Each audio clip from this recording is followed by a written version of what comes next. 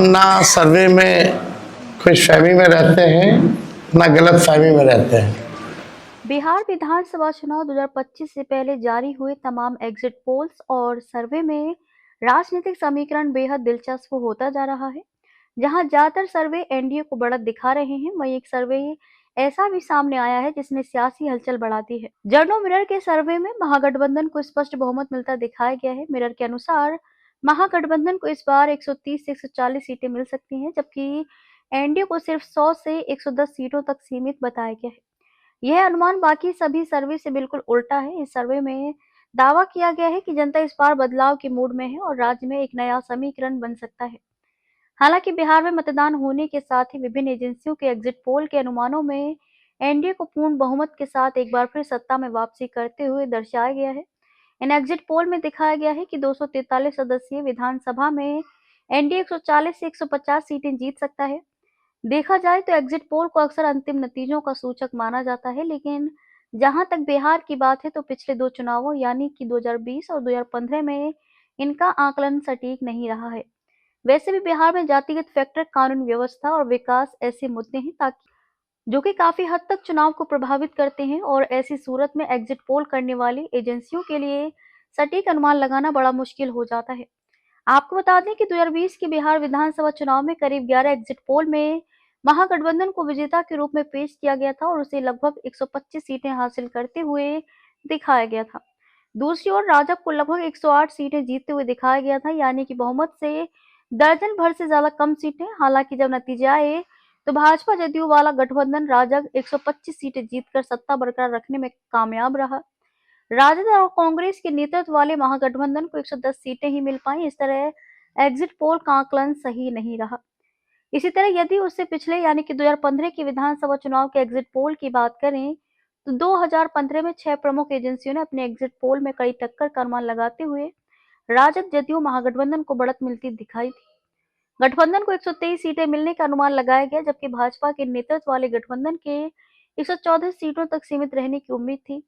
3 exit poll ने राजद जदयू महागठबंधन की स्पष्ट जीत की भविष्यवाणी की थी, तो 2 ने एनडीए की सत्ता में आने की बात कही थी। हालांकि जब नतीजे आए तो राजद जदयू महागठबंधन ने 2/3 बहुमत के साथ सरकार बनाई। ये गठबंधन 178 सीटें जीतने में कामयाब रहा, जबकि एनडीए को सिर्फ 58 सीटें मिली थी। हालांकि 2 साल बाद ही 2017 में जदयू ने महागठबंधन से नाता तोड़कर भाजपा के साथ सरकार बना ली थी। आजादी के बाद से लेकर अभी तक यानी कि 1951 से लेकर 2025 तक बिहार में जितने चुनाव हुए हैं उसके वोटिंग पैटर्न को देखते हैं तो साफ जाहिर होता है कि बिहार में जब जब मतदान में 5% से ज्यादा इजाफा हुआ है उसका असर चुनाव पर पड़ा है। बिहार में सरकार बदल गई है। 3 बार देखा गया है कि वोटिंग बढ़ने से कैसे सत्ता पर सियासी असर पड़ा है। बिहार विधानसभा चुनाव में पिछली बार यानी कि 2020 में एनडीए गठबंधन ने जीत दर्ज कर सरकार बनाई थी। उस समय एनडीए को कुल 125 सीटें मिली थी, जबकि महागठबंधन को 110 सीटों पर सफलता मिली थी। पिछले चुनाव के आंकड़ों पर नजर डालें तो एनडीए गठबंधन में बीजेपी को 74 सीटें, जदयू को 43 सीटें, विकासशील इंसान पार्टी को 4 सीटें और जीतन राम मांझी की हिंदुस्तानी आवाम मोर्चा को भी 4 सीटें मिली थी। वहीं महागठबंधन की तरफ से तो राजद ने 75 सीटें जीतकर सबसे बड़ी पार्टी के रूप में उभर कर सामने आई थी। कांग्रेस को 19 सीटें, माले को 20 सीटें, जबकि ओवैसी की पार्टी को 5 सीटें मिली थी। अगर सीवान की बात करें तो अलग अलग सर्वे रिपोर्ट दी जा रही है। न्यूज पिंच की एक सर्वे रिपोर्ट के मुताबिक सीवान सदर की सीट के अलावा जीरादेई और दरौली की सीट पर एनडीए के उम्मीदवार जीत रहे हैं।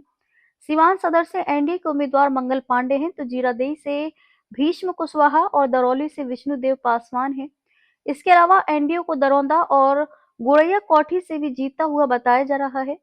राजद की अगुवाई वाले महागठबंधन के खाते में जाने वाली सीटें महाराजगंज, बड़हरिया और रघुनाथपुर की है। रघुनाथपुर की सीट से राजद नेता ओसामा साहब लड़ रहे हैं। ओसामा साहब की जीत अगर होती है तो ये काफी अहम होगा, क्योंकि चुनाव प्रचार के दौरान ओसामा को बीजेपी और एनडीए ने एक बड़ा मुद्दा बनाया था। ये सर्वे जो है केवल मनोवैज्ञानिक तौर पे साइकोलॉजिकल जितने अधिकारी चुनाव में लगे हुए हैं उनके दबाव में जो है ये सर्वेस लाए गए हैं। पहले भी आप लोग दिखाते थे कि मुख्यमंत्री का चेहरा पसंद किसे करती है बिहार की जनता, तो 16, 17, 18% से ऊपर नीतीश जी नहीं उठ पाए। और वहां तो इस बार एनडीए में घोषणा भी नहीं हुई कि आधिकारिक रूप से सीएम का चेहरा कौन होगा। अगर आप देखें तो ये वही गोदी मीडिया है जिन लोगों ने सर्वे दिखाया जो पाकिस्तान में इस्लामाबाद, लाहौर, कराची को कब्जा दिए थे। ये उन्हीं का सर्वे है। और एसआईआर के दिनों घुसपैठियों को घुसा दिया था बिहार में। ये वही गोदी मीडिया जो है एक प्रोपेगेंडा मोदी जी की एजेंसी द्वारा ये अधिकारियों पे दबाव को लेकर के कि काउंटिंग के दिन एक मानसिक तौर पे लोगों का दबाव बना रहे, इसलिए ये पूरा जो है सर्वे जो है कराया गया है। अब आप बात कीजिए तो आप देखिएगा, अगर इनसे सैंपल साइज अगर पूछा जाए, किसी भी जो सर्वे जो दिखा रहे हैं कि भाई सैंपल साइज क्या है इनका, अब तक चुप, कोई सैंपल साइज के बारे में नहीं बता रहा। आप देखिएगा सैंपल हो या सर्वे हो, इसका मानक क्या है ये भी जो है नहीं बताया जा रहा।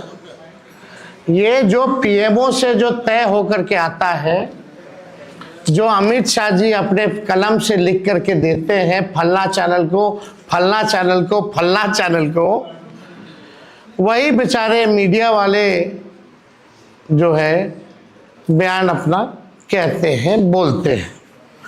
अब 2020 की अगर तुलना की जाए इस बार, तो 72 लाख लोगों ने ज्यादा मतदान किया है। 72 लाख मतलब इट्स अ ह्यूज नंबर, बड़ा ये आंकड़ा है।